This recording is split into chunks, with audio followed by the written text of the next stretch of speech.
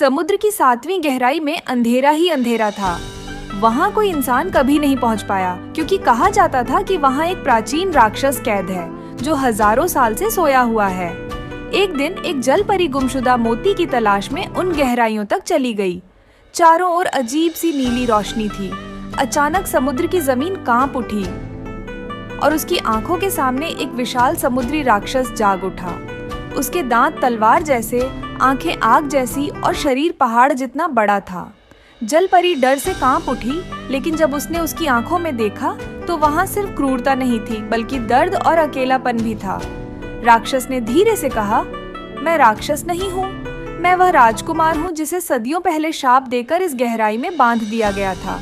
जल परी की आंखें भर आईं। उसने अपने मोती की चमक से जादू जगाया और राक्षस के दिल को छुआ।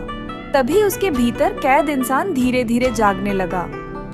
उसका विशाल शरीर सिकुड़कर एक इंसान में बदल गया, वही शापित राजकुमार। समुद्र की गहराइयां शांत हो गईं, लेकिन राजकुमार ने जल परी की आंखों में देखते हुए कहा, मेरा श्राप टूटा है, पर अब मैं इस गहराई से बाहर नहीं जा सकता।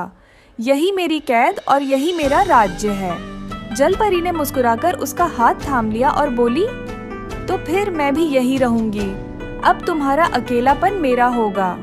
और समुद्र की गहराई में जहां लोग सिर्फ अंधकार और डर की कहानियां सुनाते थे, वहीं एक नई कहानी जन्मी प्रेम और त्याग की। हमारे चैनल को सब्सक्राइब करें।